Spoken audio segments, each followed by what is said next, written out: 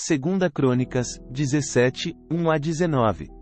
Josafá, filho de Asa, foi seu sucessor. Ele fortaleceu Judá, para que pudesse resistir a Israel. Colocou tropas em todas as cidades fortificadas de Judá e designou guarnições adicionais para a terra de Judá e para as cidades de Efraim que seu pai, Asa, havia conquistado. O Senhor esteve com Josafá, pois ele seguiu o exemplo dos primeiros anos de seu pai e não adorou as imagens de Baal. Buscou o Deus de seu pai e obedeceu a seus mandamentos, em vez de seguir as práticas perversas do reino de Israel. Por isso, o Senhor estabeleceu o controle de Josafá sobre o reino de Judá. Todo o povo de Judá trazia tributos a Josafá, e ele se tornou muito rico e respeitado. Comprometeu-se de coração a seguir os caminhos do Senhor. Removeu de Judá os santuários idólatras e os postes de Aserá. No terceiro ano de seu reinado, enviou seus oficiais Ben-Rail, Obadias, Zacarias, Natanael e Micaías para ensinarem em todas as cidades de Judá.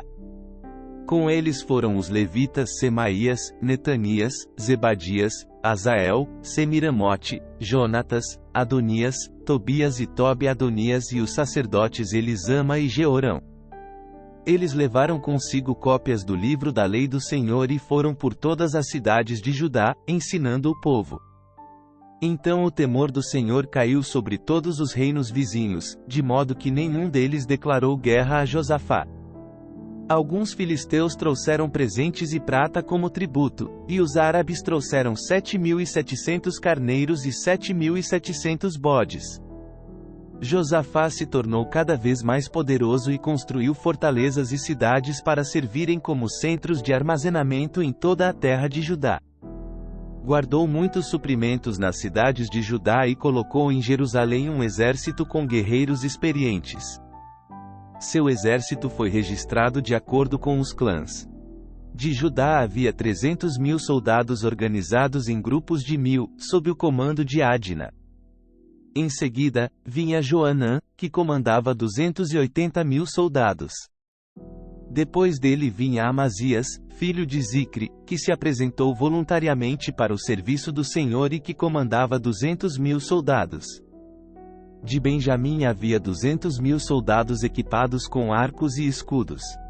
Seu comandante era Eliada, guerreiro experiente. Em seguida, vinha Josabade, que comandava 180.000 homens armados. Essas eram as tropas que estavam à disposição do rei, além daquelas que ele havia colocado nas cidades fortificadas em toda a terra de Judá. Segunda Crônicas, 18, 1 a 34. Josafá, muito rico e respeitado, aliou-se a Acabe por meio do casamento de seu filho com a filha de Acabe. Alguns anos depois, foi a Samaria visitar Acabe, que ofereceu a ele e a seus oficiais um enorme banquete, para o qual abateu um grande número de ovelhas e bois. Então Acabe persuadiu Josafá a unir forças com ele para recuperar Ramote-Gileade. Acabe, rei de Israel, perguntou a Josafá, rei de Judá: você irá comigo a Ramote-Gileade? Josafá respondeu: claro que sim. Você e eu somos como um só. Meus soldados são seus soldados. Certamente iremos com você à batalha. E acrescentou: antes, porém, consulte o Senhor. Então o rei de Israel convocou os profetas, cerca de 400 no total, e perguntou: devemos ir à guerra contra Ramote-Gileade ou não? Todos eles responderam: sim, devem. Deus entregará o inimigo nas mãos do rei. Josafá, porém, perguntou: acaso não há aqui um profeta do Senhor? Devemos consultá-lo também. O rei de Israel respondeu a Josafá: há mais um homem que pode consultar o Senhor para nós, mas eu o odeio, pois nunca profetiza nada de bom a meu respeito, só coisas ruins. Chama-se Micaías, filho de Imlá. O rei não devia falar assim, respondeu Josafá. Então o rei de Israel chamou um de seus oficiais e disse: traga Micaías, filho de Imlá. Rápido! Vestidos com seus trajes reais, o rei de Israel e Josafá, rei de Judá, estavam sentados cada um em seu trono na eira junto à porta de Samaria. Todos os profetas estavam profetizando diante deles. Um dos profetas, Zedequias, filho de Quenaná, fez chifres de ferro e declarou: Assim diz o Senhor: com estes chifres o rei ferirá os sírios até a morte. Todos os outros profetas concordaram, dizendo: Sim, suba a Ramote Gileade e seja vitorioso, pois o Senhor a entregará nas mãos do rei. Enquanto isso, o mensageiro que foi buscar Micaías lhe disse: Veja, todos os profetas prometem vitória para o rei. Concorde com eles e também prometa sucesso. Micaías, porém, respondeu: Tão certo como vive o Senhor, direi apenas o que meu Deus ordenar. Quando Micaías chegou, o rei lhe perguntou: Micaías, devemos ir à guerra contra Ramote Gileade ou não? Micaías respondeu: Sim, suba e será vitorioso, pois eles serão entregues em suas mãos. Mas o rei disse: Quantas vezes preciso exigir que diga somente a verdade quando falar em nome do Senhor? Então Micaías respondeu: Vi todo o Israel espalhado pelos montes, como ovelhas sem pastor. E o Senhor disse: Seu líder foi morto. Mande-os para casa em paz. O rei de Israel disse a Josafá: Não falei? Ele nunca profetiza nada de bom a meu respeito, mas apenas coisas ruins. Micaías prosseguiu: Ouça o que o Senhor diz.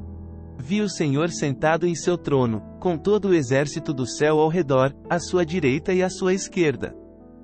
E o Senhor perguntou: Quem enganará Acabe, rei de Israel, para que vá à guerra contra Ramote Gileade e seja morto ali? Houve muitas sugestões, até que, por fim, um espírito se aproximou do Senhor e disse: Eu o enganarei. De que maneira? Perguntou o Senhor.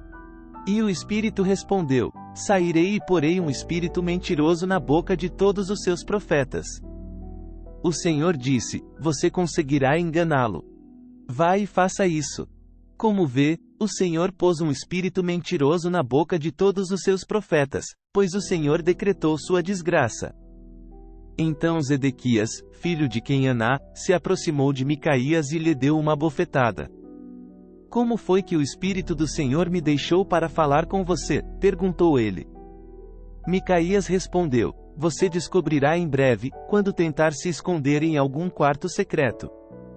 Então o rei de Israel ordenou: Prendam Micaías e levem-no de volta a Amon, governador da cidade, e a meu filho Joás, com a seguinte ordem: Ponham este homem na prisão e deem-lhe apenas pão e água até que eu volte da batalha em segurança. Micaías, porém, respondeu: Se voltar em segurança, significará que o Senhor não falou por meu intermédio. E acrescentou aos que estavam ao redor: Todos vocês, prestem atenção às minhas palavras. Então o rei de Israel e Josafá, rei de Judá, levaram seus exércitos para atacar Ramote Gileade. O rei de Israel disse a Josafá: Quando entrarmos no combate, usarei um disfarce para que ninguém me reconheça, mas você vestirá seus trajes reais. O rei de Israel se disfarçou, e os dois foram à batalha. Enquanto isso, o rei da Síria tinha dado as seguintes ordens aos comandantes dos carros de guerra: Ataquem somente o rei de Israel. Não lutem contra ninguém mais. Quando os comandantes dos carros de guerra sírios viram Josafá em seus trajes reais, foram atrás dele. É o rei de Israel, disseram. Contudo, Josafá clamou, e o Senhor o salvou. Deus o ajudou e afastou dele seus inimigos. Assim que os comandantes dos carros perceberam que ele não era o rei de Israel, pararam de persegui-lo. Então um soldado sírio disparou uma flecha a esmo e acertou o rei de Israel entre as juntas de sua armadura. Dê a volta e tire-me daqui, exclamou Acabe para o condutor de seu carro. Estou gravemente ferido. A batalha, cada vez mais violenta, prosseguiu durante todo o dia, e o rei permaneceu em pé, apoiado em seu carro.